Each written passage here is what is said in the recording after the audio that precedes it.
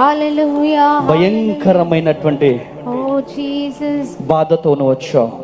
కూతురు విషయంలో ఏడుస్తున్నావు. నీ కూతురు నిన్ను వదిలిపెట్టి వెళ్ళిపోయింది. ఏడుస్తూనే ఉన్నావు. నా బిడ్డ నాకు అవపడతలేదు, వెళ్ళిపోయింది ఎక్కడో. నీ పేరు మల్లయ్య.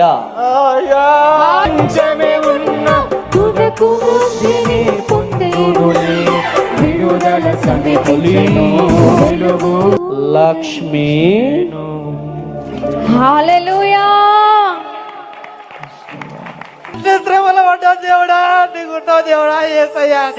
చూసారా?